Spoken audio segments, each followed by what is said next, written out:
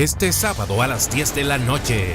Aquí hay una ley que prohíbe la actividad trujillista. Más oposición a planes políticos de Ramfis Trujillo. Pero, ¿cómo van sus aspiraciones? Tenemos claramente nuestra visión de lo que tiene que ser el país, de lo que tenemos que hacer para ganar. Centro de Educación Samuel, 14 años de formación y terapia a niños y adolescentes especiales en Jaina. Siento que les sirvo a mi comunidad. Estudiantes de La Victoria atraviesan un río y caminos fangosos buscando el pan de la enseñanza.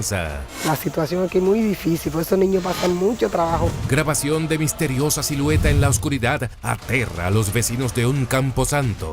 ¿Y la ideología o política de género? ¿Por qué despierta pasiones a favor y en contra? Borra las diferencias naturales entre un hombre y una mujer. Es una deuda con la población dominicana.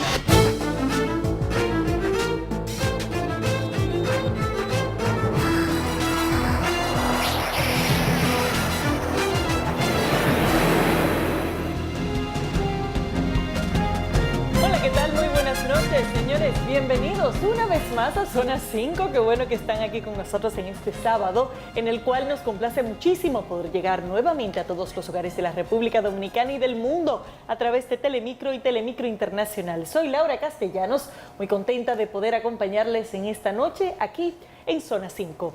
Hoy vamos a iniciar con una historia que llama a la preocupación de una forma muy marcada. Un verdadero viacrucis es lo que están viviendo los estudiantes del sector Rancho Arriba de La Victoria. Allí tienen que cruzar caminos fangosos todos los días y en adición atravesar un río que, dependiendo de las circunstancias, tiene que ser cruzado a pie o en una yola. Se trata de una situación alarmante de la que nos cuenta a continuación Fiordalisa Blanco.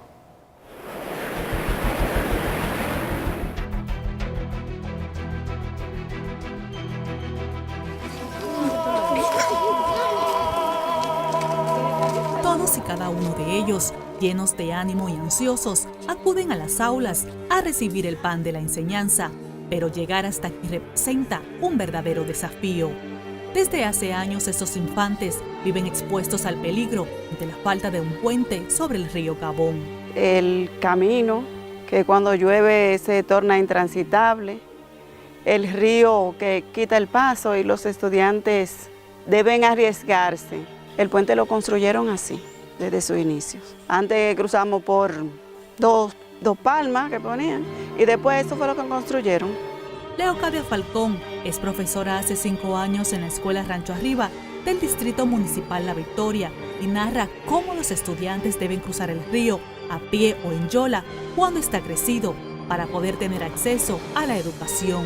Todos los días, los que viven aquí y cruzan a La Ceiba tienen que cruzar, porque los que ya están de séptimo en adelante deben ir a La Ceiba y tienen que cruzar todos los días. Mira, ahora ese río bajó ayer fue que bajó, que todo estos días estaba hondo. Y esos niños están muy chiquitos, muchos que están en La Ceiba para estar cruzando en esa yola. El peligro al que diariamente se exponen para cruzar es inminente. Estos padres aseguran vivir sumamente preocupados. Claro que uno está mortificado mientras esos niños están en la escuela. Nosotros nos levantamos temprano, vamos a llevarlos, a veces no está el yolero ahí, tenemos que devolvernos con ellos. Y cuando van arriesgados a la suerte de Dios, porque meter a esos niños en ese río es una situación muy difícil, si ahí se han ahogado gente en Cabón. Y a veces la yola no está, tenemos que tirarnos al nadie a buscar la yola para poderlo pasar a ellos. Nuestros hijos corren mucho peligro subiéndole una yola para la escuela. Considero yo que es un peligro para mis hijas ponerle una yola para ir a la escuela. A veces llueve, llegan sucias a la escuela o no encuentran yola y tienen que quedarse de este lado. La meta de llegar a ser destacados profesionales en el mañana mantiene a estos pequeños y adolescentes motivados, pero cuando sube el río, aseguran que se ven obligados a perder docencia. Porque a veces que está tan crecido que los padres no lo dejan cruzar. A veces los mismos que se quedan aquí, si el río está tan crecido, no lo quieren mandar aquí. Ha tenido temporada que ese río ha durado 3 meses crecido. La situación aquí es muy difícil, por eso los niños pasan mucho trabajo, pierden clase, porque hay veces que ese río está botado, la yola se va, no pueden ir a la escuela, a veces se caen en ese río. Los padres de esos niños tenemos que quedarnos ahí hasta las 11 de la noche, matando bastantes mosquitos hasta que ellos lleguen para poderlo pasar a este lado. Cuentan que luego de atravesar el río, tienen que ingeniárselas para llegar a sus aulas limpios y adecuadamente vestidos. Hay que mandarlo descalzo, ponerse los zapatos después de que cruzan y llegan todos sucios, ahí tienen que devolverse porque se caen en Cabón y llegan con mucho lodo. El lodo, sinceramente, le da a las rodillas. Ahí hay un badencito que cuando llueve, que se aposa el agua, esos niños tienen que venir remangados. Muchos a veces vienen hasta con otro un pantaloncito para venir a cambiarse la ropa aquí porque no pueden. Dicen que han tenido que recurrir a distintos métodos para poder atravesarlo. Entonces por eso se inventaron poner los alambres y le pusimos el teleférico. Pero en realidad esos son 2 alambres. Cruzan agarrándose del de arriba, pisando el de abajo, y eso es un peligro. Lamentan que por la falta de este anhelado y tan necesitado puente se hayan perdido varias vidas. Que yo tenga en conocimiento, ya se han ahogado 4 personas. Hemos perdido ya ahí 4 vidas. Han pasado varios casos también, unas cuantas personas que por medio de tener asistencia al médico han perdido la vida. No hemos podido pasar a tiempo de que puedan tener un auxilio médico. El mayo del año pasado murió una señora, casi la mayoría de la gente tuvieron que cruzar en ese alambre para poder ir a enterrar a su familiar que se le murió. Yo cruzando ahí, corre mucho el río y la canoa se fue un poco hacia abajo. Y uno dentro de la yola, yo salí de ahí temblando. Se sienten atados de pies y manos por el mal estado de los caminos que empeoran cuando se producen fuertes lluvias. Aquí empezaron a arreglar la calle y se paran y no terminaron. Se pone intransitable. Ahora mismo no ha llovido tanto y mira cómo está con lodo. Hay que andar con una botica o en un caballo. El síndico de La Victoria comenzó, nos hizo algo porque ahí había un hoyo que no podía... si ese hoyo no hubiera estado ahí, ustedes no hubieran podido entrar a la escuela, aquí a esta escuela. Él le hizo un arreglito a eso, pero todavía no ha terminado, que mira que allí hay un camión de toca que todavía no le lo han regado. No podemos tener un trabajo fijo tampoco porque no podemos pasar, no alcanzamos ese horario de salir a coger un trabajo fijo. Estos residentes de diferentes localidades dicen que también la ganadería y la agricultura se han visto afectadas. Mucha pérdida en los animales, la mayoría se pierden, se ahogan, no tenemos también donde auxiliarlo. La persona cuando el río crece aquí tenemos que comernos lo que aparece porque no tenemos acceso a salir a buscar. Entre el olvido y el abandono subsisten los comunitarios del Distrito Municipal La Victoria y zonas aledañas, quienes, sin ser escuchados por diversas vías, han comunicado sus preocupaciones, la necesidad del puente y el arreglo de las vías de acceso a las entidades correspondientes.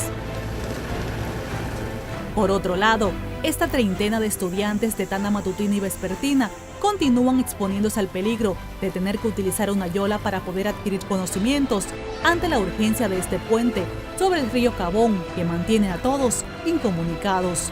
Mientras, la necesaria remodelación de la Escuela Rancho Arriba, que funciona desde el año 1978, es la otra parte de la historia que también necesitan que sea atendida.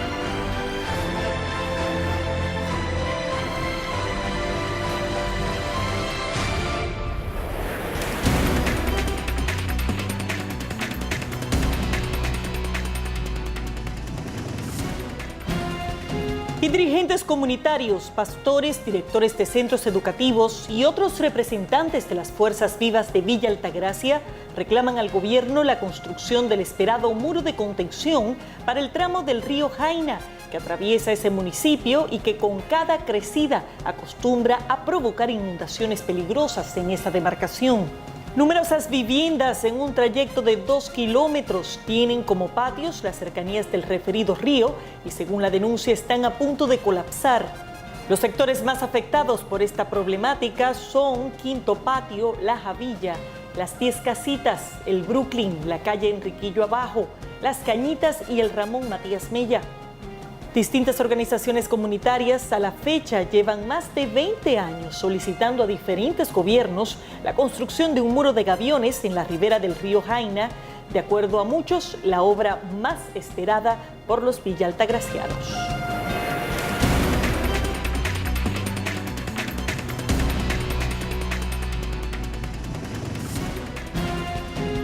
Y ahora una nota positiva que nos llena de mucha alegría. El Instituto Nacional de la Vivienda, INVI, le entregó este lunes una casa a la atleta Estefanía Soriano, judoka dominicana que ganó medalla de oro en los Juegos Deportivos Centroamericanos y del Caribe de Barranquilla 2018 en Colombia y cuya historia compartimos hace unos meses en este espacio.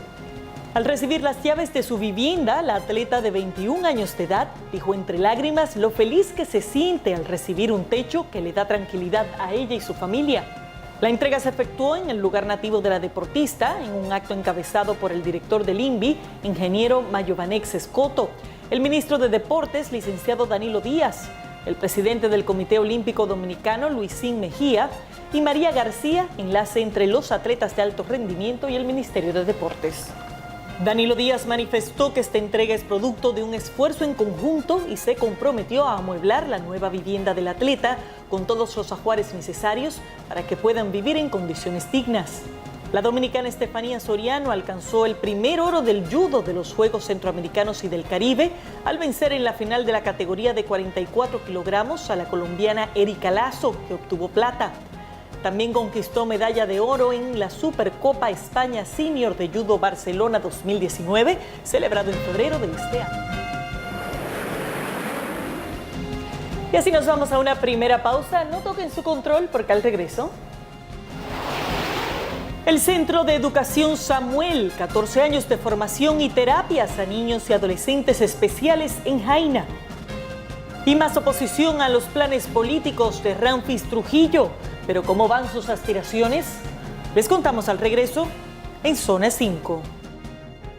Para Zona 5, tu denuncia es importante. Cuéntanos tu historia en los números 809-682-5180, 809-689-0555 y 809-200-0585 sin cargos.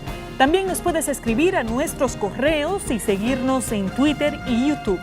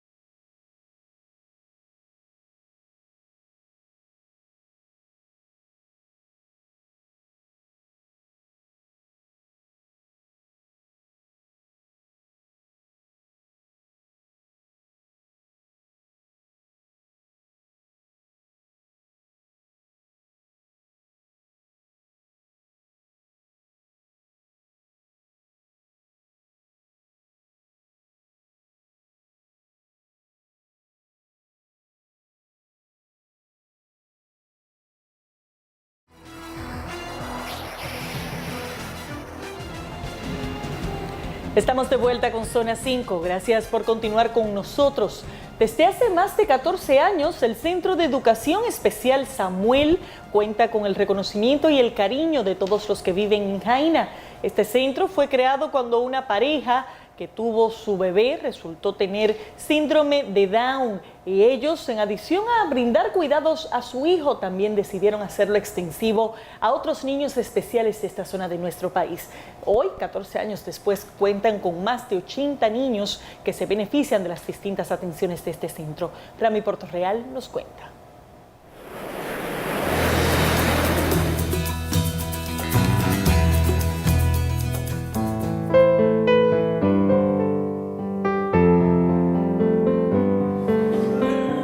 Samuel Valdés Castillo es un joven amoroso, tiene 24 años y actualmente se desempeña como ayudante de terapia del Centro de Educación Especial que lleva su nombre.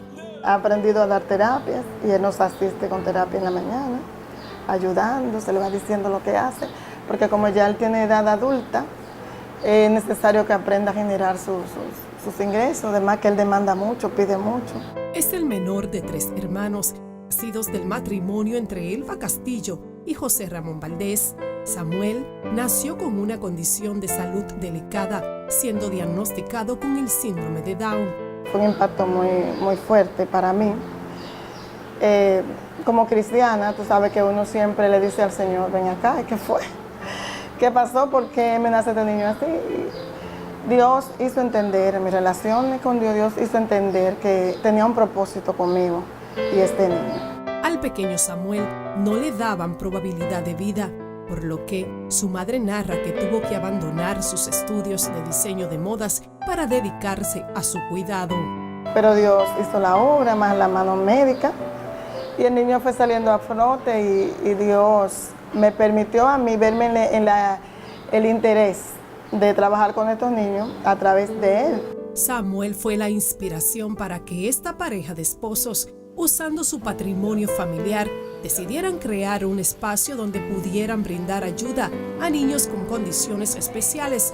Fue así que construyeron esta edificación de 4 niveles en donde, desde el año 2005, funciona el Centro de Educación Especial Samuel. Me fue despertando la idea de que Jaina necesitaba que le prestara atención a estos niños y a estas madres. Yo empecé con personas voluntarias, vecinas mías. Yo agarré a mis vecinas y amigas de la iglesia, lo pusimos uniforme y empezamos a trabajar. Es una institución sin fines de lucro que durante 14 años se ha dedicado al cuidado de unos 80 niños, adolescentes y jóvenes nacidos en el municipio de Jaina con condiciones como síndrome de Down, de Moebius, autismo y deficiencia mental. Aquí reciben los servicios de terapias de conducta, de aprendizaje, del habla, psicología y ejercicios neurológicos. En base a lo que el niño trae, entonces nosotros hacemos una evaluación psicopedagógica, que es donde nosotros buscamos minuciosamente cuáles son las áreas que el niño necesita que nosotros le trabajemos. Wilber Morel es uno de los niños que son asistidos en el centro. Su madre, Nuri de la Cruz, resalta el progreso que ha mostrado desde que ingresó a este centro hace unos 10 años. Yo no tengo queja. Mi hijo ha aprendido mucho aquí, me lo han ayudado a superarse, a aprender a manejarse. Aquí se le trata a los niños como niños normales para que se desenvuelvan bien. Y, ¿qué te digo? Muy agradecida del centro. A veces sacaba la lengua, eso se le corrigió. Wilber se desenvuelve bastante, él es muy expresivo, él no habla claro, pero es expresivo en todo. Cualquier persona aún no lo haya tratado, lo entiende porque él sabe desenvolverse en todo. La adolescente Gladysel Novoa tiene 13 años y nació con síndrome de Down. Su madre Dominga Herrera es soltera y de muy escasos recursos económicos. Aquí, en este nido de amor, asegura que su niña ha encontrado las mejores atenciones. Ella ha mejorado bastante mucho porque ya sabía poco y sabe un poquito más. Ellos le ponen mucha atención, lo cuidan bien. Nosotros hacemos la psicóloga, 2 psicólogas que tengo aquí y yo le hacemos la visita social a la casa como un trabajo social y vemos las condiciones. Y de acuerdo a las condiciones, pues le decimos que puede colaborar. Si la persona definitivamente no puede colaborar, pues entra dentro de lo que nosotros podamos buscar. Por ejemplo, la subvención estatal ahora mismo está cubriendo 23 niños. Pese a que este año por primera vez fueron incluidos en el presupuesto nacional, los recursos asignados por el Estado aún no son suficientes para cubrir todas las necesidades que garanticen el buen funcionamiento del centro y hagan posible incluir más niños, impartir clases de informática y de música, ampliar la edificación y adquirir más personal docente. Un aula que tenga 10 niños hay que tener 2 maestras, un ayudante, el salón de terapia con las terapeutas. Entonces a veces tenemos que estar trabajando un poquito estrecho porque no hay recursos. Si se viera la ayuda de algunas personas que puedan, sería mejor, claro, y tendríamos mayor resultado. Además de brindar asistencia a estos niños de la comunidad de Jaina, este centro de atención especial también ofrece apoyo a estas familias de escasos recursos que en su mayoría son madres solteras. Pedirle fuerza a Dios y buscar ayuda, porque en verdad hay muchas que se estancan, que se avergüenzan. Cada día te llevas una emoción porque ellos siempre saltan con ocurrencias y te dejan asombrada cada logro que ellos hacen, y como humana y como profesional, eso es sorprendente. Con la labor aquí yo me siento muy bien porque siento que le sirvo a mi comunidad. El Centro de Atención Especial Samuel es un espacio de amor en donde estos niños, adolescentes y jóvenes que nacieron con condiciones especiales encuentran un refugio en el que con esmero reciben atenciones por parte de un personal especializado. Sin embargo, esta encomiable labor puede verse empañada por falta de más recursos económicos. El gran anhelo de Elba Castillo es adquirir un vehículo para el traslado de los niños y encontrar personas que se motiven a apadrinar a más pequeños. Los interesados en colaborar pueden comunicarse a través de los teléfonos 809-237-2535 y al 809-919-6210.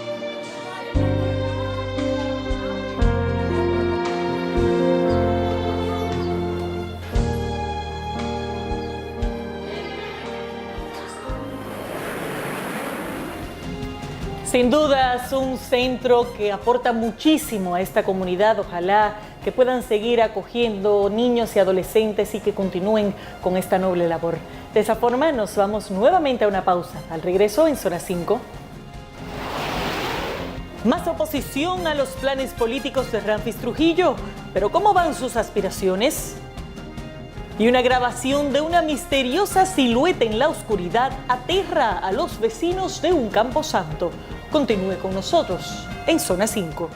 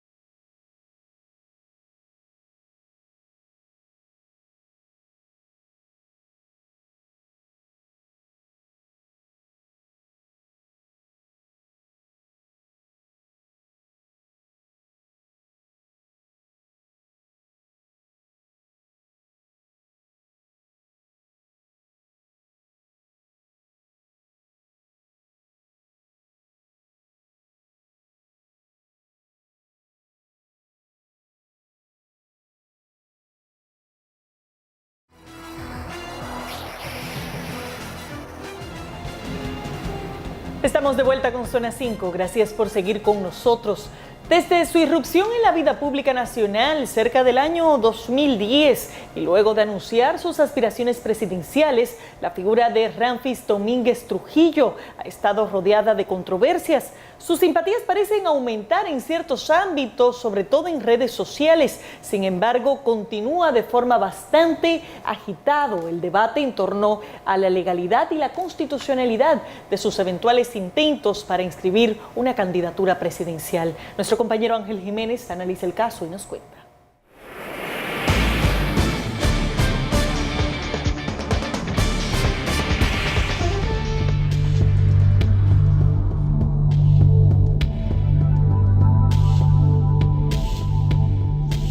Han pasado 58 años luego de la caída del régimen de Rafael Leónidas Trujillo, quien fue ajusticiado la noche del 30 de mayo de 1961. La hija y el nieto del tirano recientemente han intentado ganar espacios en la vida pública nacional, reapareciendo públicamente con la intención de reinsertarse en la sociedad dominicana. En el 2010, Angelita Trujillo presentaba su obra Memorias de María de los Ángeles en una actividad que fue boicoteada por decenas de manifestantes antitrujillistas que se oponían a la exaltación o exhibición del relato de una de los Trujillo. Nosotros tenemos claramente nuestra visión de lo que tiene que ser el país, de lo que tenemos que hacer para ganar, pero más allá de eso, de que tenemos todas las posibilidades y las responsabilidades de cumplir con el pueblo y que nosotros estamos plenamente investidos para postularnos para la presidencia. Luis José Ramfis Domínguez Trujillo, nieto de Rafael Leónidas Trujillo, se define como un dominicano ideologizado bajo un sistema democrático completamente diferente a todo lo que representó la dictadura de su abuelo, a quien dice no conoció y de quien asegura jamás emularía los ejemplos de cosas negativas que se vivieron durante la era del régimen. Que nosotros no somos Trujillo, nosotros somos Domínguez Trujillo, totalmente diferente, con un programa enteramente democrático, que todas las inquietudes que yo manifiesto son las inquietudes de todos los dominicanos. Nací en Nueva York y nos trasladamos a la ciudad de Miami con apenas 2 o 3 meses de nacido, y ahí es que yo realmente me eduqué, fui a una escuela católica hasta el 7º grado, 8º grado, y después una escuela que le llaman allá en Estados Unidos preparativos para la universidad, o sea, una escuela preparativa le dicen, que te permite ir, diría yo que preparándote para los estudios universitarios. Ya es cuando uno tiene una idea bien formada de lo que quiere estudiar. De ahí pasé a la Universidad de Miami, pero fue una vida muy normal, una juventud muy feliz. Cuenta que la imposibilidad o impedimento que tenían él y su familia de ingresar al país les mantuvo en un estado de frustración debido a que, siendo dominicanos, se encontraban expatriados por alegados hechos que no cometieron o, en su defecto, que fueron cometidos por otras personas, muchos de los cuales hoy por hoy gozan de la herencia de su abuelo. Nacimos bajo una condición clara y contundente de exilio, porque teníamos un impedimento de entrada a la República Dominicana. Entonces nosotros nos acogimos a lo que es la ley de refugiados o de diplomáticos, que dice que el hijo de un diplomático, sin importar dónde nazca, sigue siendo de su país de origen. Yo decía, pero ¿por qué no puedo ir? Yo quiero ir a mi país, y siempre viví con esa frustración. Ramfis dice que llegó a poner orden a un estado de cosas deficientes que caracterizan al Estado dominicano, y culpa de ello a quienes han gobernado y administrado el país durante todos estos años. Vamos primero a imponerle un impedimento de salida a todos los funcionarios públicos a partir del 16 de agosto del 2020. Y eso es algo que nosotros tenemos que construir una ley sobre la base de esa iniciativa, porque entiendo que el que le sirva al público tiene que también someterse al escrutinio más severo. Con ese impedimento de salida por 30 o 60 días se le puede hacer una revisión de todas sus cuentas, y entonces vamos a crear una comisión de ciudadanos comunes y corrientes y abogados. ¿Para qué? Para revisar los expedientes de cada uno de los funcionarios.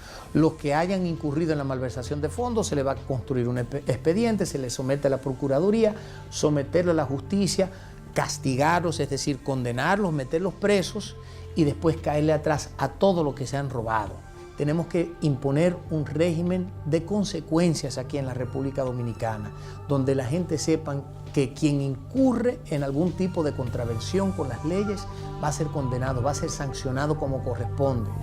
En un posible gobierno bajo su dirección, Ramfis sostiene que centrará su política en algunos ejes fundamentales, como la corrupción administrativa, la deportación de indocumentados y el excesivo gasto y endeudamiento público, a través del cual se ha comprometido el patrimonio de los dominicanos. Que los reos van a trabajar para cumplir su condena. Entonces yo he dicho y mantengo que todos los funcionarios públicos que hayan incurrido en la malversación de fondos lo vamos a ver trabajando, embelleciendo la ciudad, asfaltando las calles, para que también les sirvan de ejemplo al público, que los vea y diga, pero mira fulanito ahí, óyeme, es que hay que tener cuidado hoy por hoy, porque nosotros tenemos que tomar pasos firmes para erradicar la corrupción. Impondremos una acción de repatriación masiva a todos los nacionales asentados aquí de manera irregular. Vamos a someterlos todos a un visado de trabajo, los que quieran venir aquí a trabajar. La ley 8020, que dispone que toda la composición de todas las empresas tiene que ser 80% dominicano y 20% de cualquier país del mundo, se cumpla. Y luego de eso vamos a construir un muro de norte a sur en la República Dominicana. Tenemos que poner un balance, primero un pare a todos esos salarios estrambóticos que están cobrando. Tenemos un presidente de un banco central que se ha autopensionado 2 veces o 3 veces, sigue cobrando un salario excesivo. Y así mismo todas las instituciones públicas, los directores le ponen los salarios que quieren, le designan un salario a la mujer, a los hijos. Eso se tiene que parar porque eso es parte de la corrupción que nosotros exhibimos. Sin embargo, las intenciones de Ramfis aspirar a dirigir el país a partir del año 2020 ha encontrado rechazo. Aquí hay una ley que prohíbe la actividad trujillista en República Dominicana. Lo más reciente fue el altercado ocurrido en el municipio de Salcedo, provincia Hermanas Mirabal, donde el miembro del comité político del PLD y exministro Bautista Rojas Gómez y la alcaldesa de esa demarcación pintaron letreros con tinta negra en las paredes de un local en el cual se celebraría una actividad para recibir a Ramfis Trujillo. Realmente eso es algo que a mí no me afecta. Yo en ningún momento me he puesto a preocupar por los elementos del trujillismo, porque yo no viví la era ni fui parte de ese gobierno. Nací 9 años después de la caída y he sido una persona enteramente democrática. La politóloga Olaya Dotel descarta la posibilidad de que el nieto de Trujillo pueda lograr amasar una gran cantidad de adeptos que le permitan solidificar una candidatura a la presidencia del país, pero que este sí podría ganar algunos espacios de poder entre los sectores conservadores. Ramfis Trujillo, como representante de una corriente conservadora, es una realidad política en términos de seguidores y simpatías.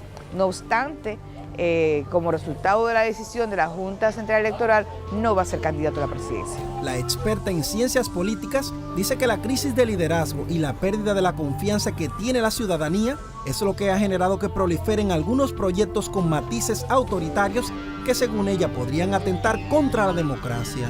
Ante ese gran déficit crítico que no construido en el sistema educativo dominicano y no construido a través de los medios de comunicación y todo el ejercicio publicitario del propio Estado, entonces lo que sigue predominando en el comportamiento político dominicano es una actitud autoritaria. El autoritarismo no está en Ramfis, el autoritarismo está presente todavía en nuestros gobiernos que no han sido capaces de construir políticas que generen igualdad.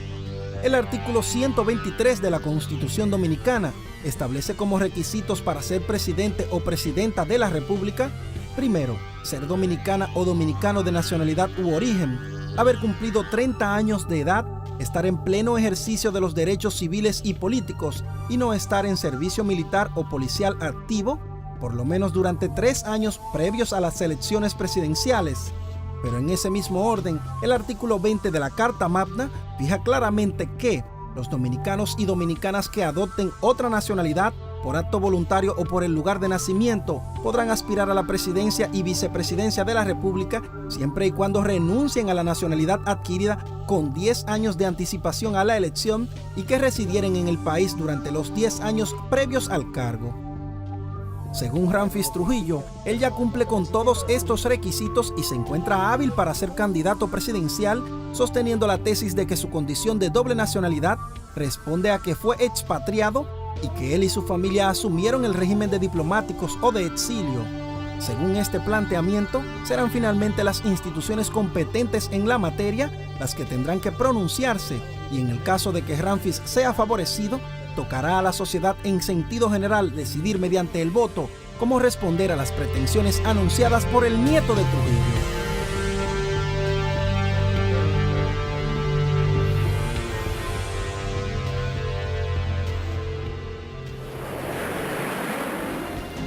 Y vamos a pausar nuevamente cuando regresemos en Zona 5.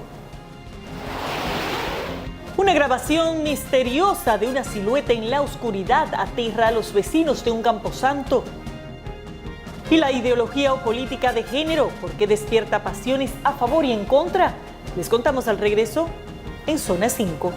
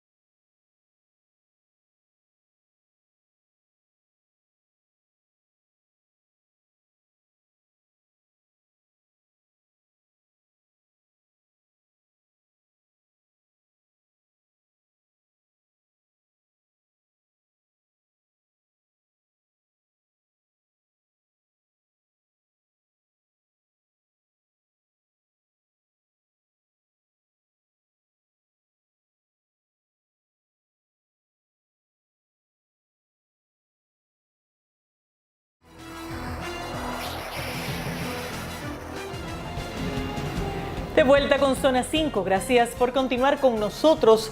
En Colombia, en un pueblo, sus habitantes están aterrados ante la grabación en la que se muestra aparentemente una silueta que camina en medio de un cementerio.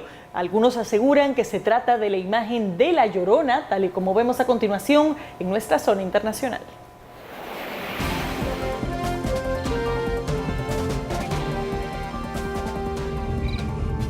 Esta es la aterradora imagen que quedó grabada en una cámara de seguridad. Quienes se han encontrado con la extraña mujer aseguran que es delgada, de pequeña estatura y tiene una larga cabellera negra como la noche, que viste de ropa blanca y que parece levitar sobre la tierra mientras se dirige lentamente hacia la tumba de un niño sepultado en este cementerio. También dicen que llora. Clamaba de niño, lloraba. Cuando nos volvió a mirar, pegó un chillido. Pablo Valdemarra y sus 7 amigos repartían junto al panteón la última luna llena. Tuvieron el infortunio de cruzarse con la misteriosa presencia que tenía a todo el pueblo con los pelos de punta y que se desvaneció de un momento a otro. Una señora como unos 72 años, vestida toda de blanco, con el cabello en la cara. Una cosa así, un cabello como cuando iban 10 y grabar. No es la primera vez que la tenebrosa dama de la noche intimida a los habitantes del corregimiento de Esmeralda, en la frontera con Venezuela. En el llano adentro eso sucede y eso es muy común los comentarios que se hacen, además porque ellos lo han visto. La han escuchado en los llanos orientales, por allá en el Bichá, sí creo. Escuche. Recuerda Pablo que los gemidos del espanto eran aterradores. Llegamos a mirar sobre ella. Cuando vimos que nos llamaban. Los expertos de sucesos paranormales recomiendan no entablar ningún tipo de conversación con esta clase de espectros. Que lo único que buscan es drenar la energía de las personas. Así que es muy importante que evitemos este tipo de contacto, que no busquemos algún tipo de respuesta, sino sencillamente que nos alejemos del lugar. Los vecinos del cementerio aseguran que tienen miedo y que no les gusta transitar por el lugar de noche. Y así nos vamos a una última pausa. Cuando regresemos en nuestra zona especial, la ideología o política de género, ¿por qué despierta pasiones a favor y en contra? Se lo presentamos en breve en Zona 5.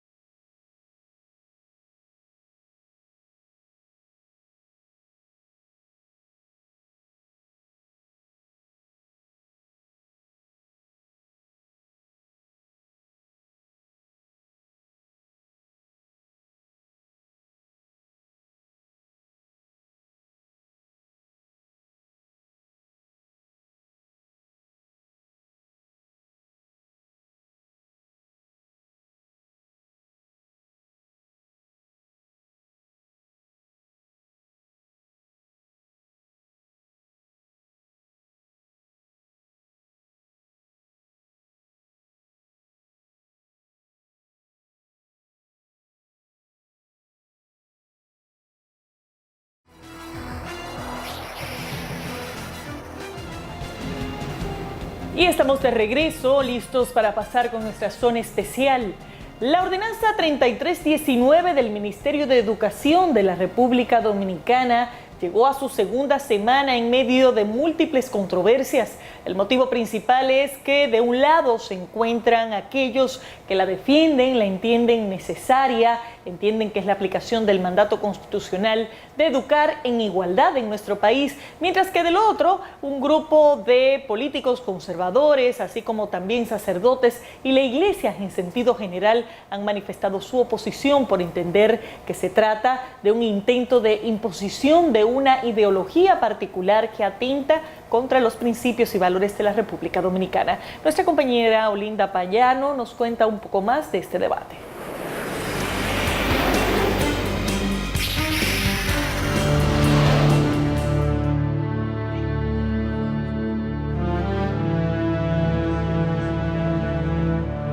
mí esa ordenanza tiene un grupo de acápite que no están contemplando lo que realmente dice la Constitución de la República. Esta política de equidad de género es una deuda con la población dominicana. Si queremos tener una sociedad menos violenta, tenemos que educar en equidad de género. Cuando te plantean la desconstrucción de estereotipos de masculinidad en la educación dominicana, es un término muy abierto y muy interpretativo. El problema de la desigualdad entre hombres y mujeres, entre niños y niñas, se marca. Desde hace un tiempo se plantea, se estudia, el de que es como lo que ocasiona lo que estamos viendo, las consecuencias de la violencia en los centros educativos. Reacciones a favor y en contra ha provocado en la sociedad dominicana la Orden Departamental 33-19 del Ministerio de Educación, que señala que se debe priorizar la implementación de la política de género en el sector educativo del país. La orden lo que establece es la prioridad de parte del Ministerio de Educación de elaborar una política de igualdad de género, que de hecho la República Dominicana la asumió en la década de los 60. Hay un acuerdo internacional que establece que los países se comprometen a erradicar la discriminación en el orden de la enseñanza. Dicha disposición establece en su artículo 1, numeral B, que se debe propiciar herramientas pedagógicas que promuevan la perspectiva de género para la construcción de una educación no sexista en el sistema educativo. La orden departamental es muy clara y muy específica en dos temas vitales, que es declarar como prioridad el diseño y establecimiento de las políticas de género en el Ministerio de Educación. Y otra cosa que es vital, que es el artículo D, donde dice trazar las pautas para contribuir con el proceso de desconstrucción de los estereotipos de género que permean la sociedad. En el Centro de Estudios de Género del Instituto Tecnológico de Santo Domingo, INTED, explica la coordinadora académica de CIRE del Rosario que se trata de la elaboración de la política de género y que esta medida solo es el mandato inicial. En la sociedad dominicana solo hay dos instancias que hacen eso desde lo académico, que es la UAS y el INTEC, y por tanto, esas podrían ser las razones por las que el ministro seleccionara como asesores a esa acción. Los sectores que rechazan la nueva medida entienden que el documento viola los artículos 137 y 138 de la Constitución porque aseguran que el Consejo Educativo no formó parte de esta resolución e interpusieron un recurso de amparo para que sea dejada sin efecto. Así lo explica el abogado José Alberto Ortiz del Grupo Acción Cristiana. Lo que más nos llamó la atención es que el ministro de Educación actuó en total desapego a las leyes que gobiernan sus actuaciones, que es la Ley General de Educación.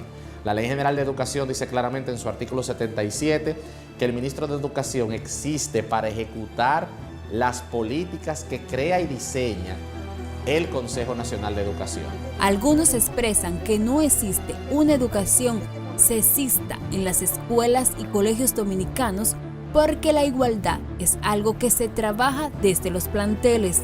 Esto implica educar a los niños, niñas y jóvenes de la República Dominicana bajo los valores del respeto, de la igualdad, de reconocer que todos somos iguales ante Dios, ante la ley, ante las oportunidades. Que las mismas oportunidades que tiene un niño, tiene una niña. Que una niña puede soñar ser aviadora, como un niño puede soñar ser cocinero. Mercedes Coronado, quien preside la Unión Dominicana de Instituciones Educativas Privadas, entidad que agrupa 27 asociaciones de colegios laicos y confesionales, afirma que la ordenanza tiene términos ambiguos que pueden crear confusión. La misma ordenanza tiene un juego de palabras. En uno de los considerandos te dice igualdad de géneros, en otro te dice perspectiva de género, en otro te dice ideología de género.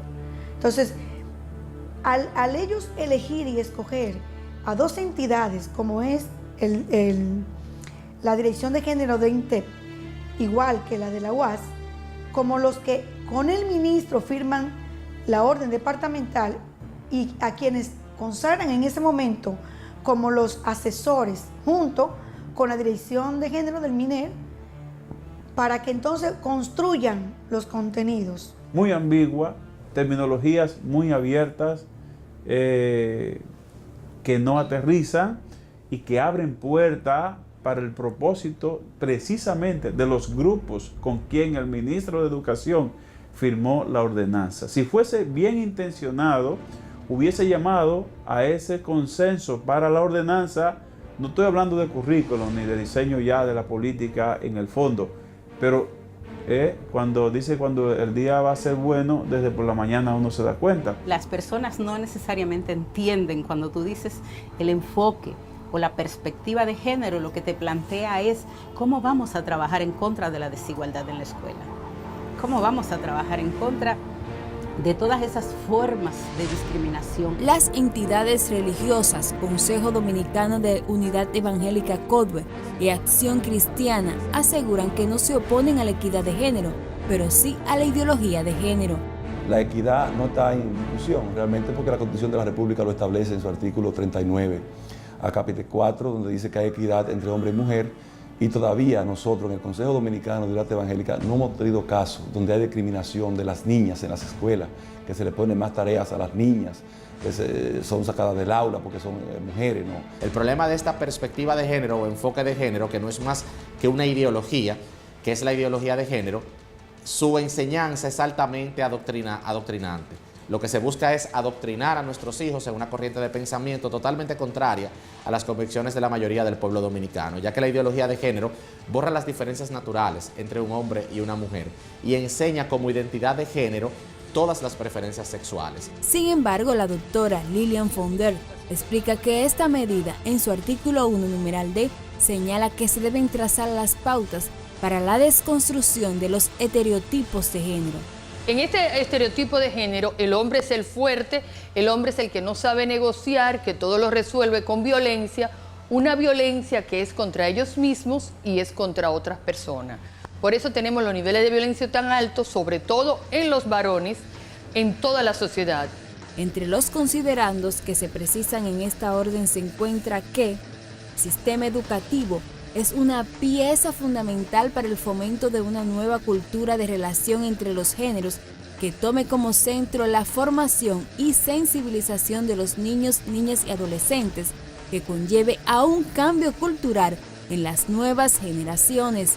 Hay un acuerdo al que todos los ministros del mundo asistieron en Corea, en Incheon, y ahí se marca un acuerdo internacional en el que se plantea que sin igualdad de género no se pueden lograr ninguno de los propósitos del desarrollo, porque el mundo está compuesto por hombres y por mujeres. También afirman que atenta contra los valores cristianos y lo que se quiere es introducir la ideología de género en la educación de los niños, niñas y adolescentes.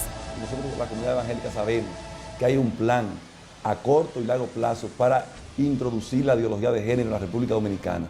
Ya quedan pocos países y este es uno de los países que no ha adoptado esa ideología y se está presionando con esa agenda internacional para que se adopte esta ideología de género. En ningún momento ahí habla de homosexualidad, ahí no habla de lesbianismo, ni de transexual, ni de aborto. En lo absoluto habla de equidad de género, habla de políticas de género.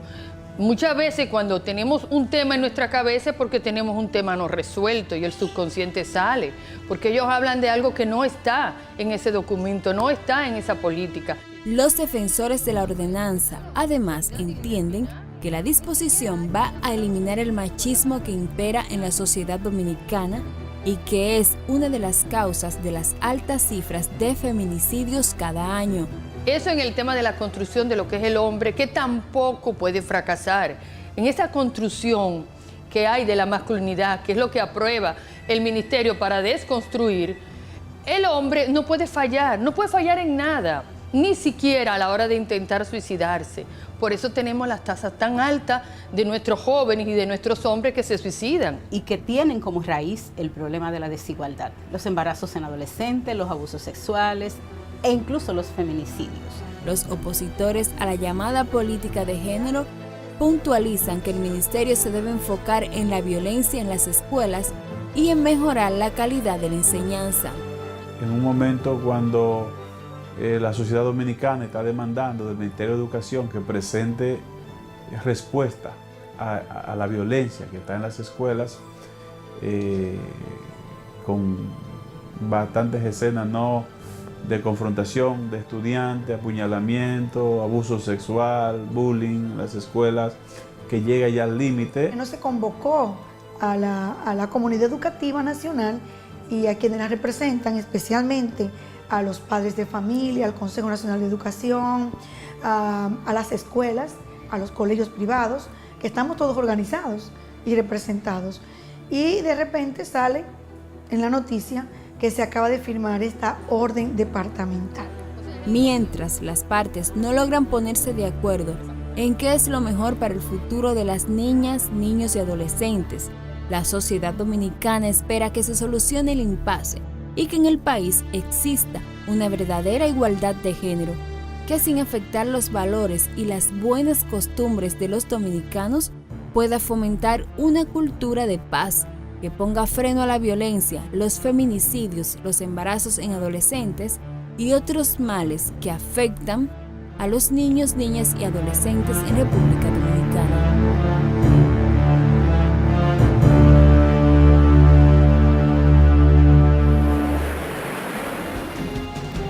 Evidentemente es un debate que continuará, ya veremos cómo logra el ministerio aplicar muchas de estas disposiciones y sobre todo lograr implementar una política de igualdad de género en República Dominicana.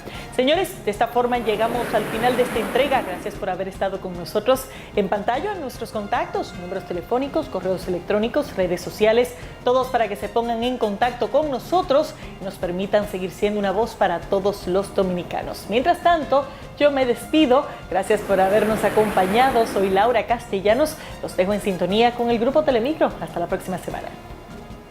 Zona 5, investigación y sentido humano. Es de Telemicro.